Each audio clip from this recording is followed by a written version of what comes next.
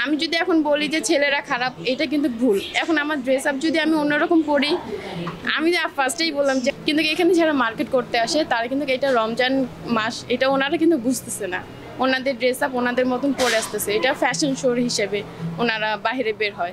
আমাদের মেয়েদের ড্রেস আপের দিক দিয়ে আগে সচেতন থাকা দরকার।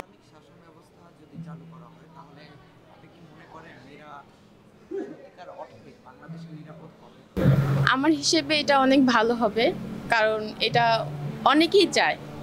যারা ইসলামের দিকে পজিটিভ মাইন্ড তারা অনেকেই চায়, বিকজ আমিও চাই।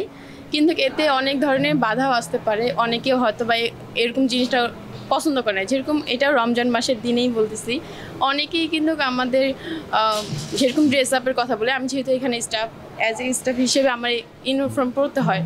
কিন্তু এখানে যারা মার্কেট করতে আসে তারা কিন্তু এটা রমজান মাস, এটা ওনারা কিন্তু বুঝতেছে না।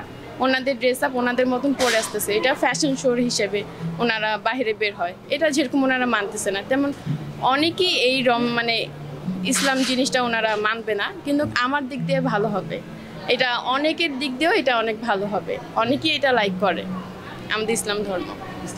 জি, একদমই। এটা মেয়েদের জন্য অনেক ভালো হয়। যদি আমাদের বাংলাদেশে এরকম কোনো সিস্টেম হতো, এটা মেয়েদের জন্য খুবই ভালো হতো।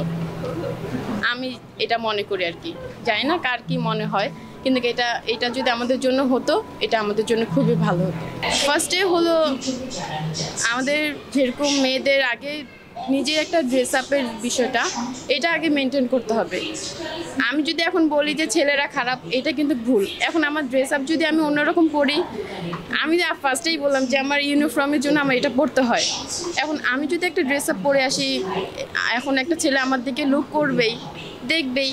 তার জন্য ফার্স্টেই আমি ধরবো যে আমাদের মেয়েদের ড্রেস আপের দিক দিয়ে আগে সচেতন থাকা দরকার। ফার্স্টে আগে ড্রেস আপ, দেন সেফটির বিষয়টা আর কি। এইটা বলতে পারবো না, যেহেতু আমরা বাংলাদেশে বসবাস করি।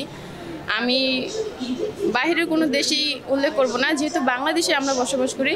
ফার্স্টে আমি ধরবো যে আগে আমাদের বাংলাদেশটাকে পরিবর্তন করেই বাংলাদেশের জিনিসটা ফোকাস করা। আমি বাইরের দেশেরটা বলতে পারতেছি না।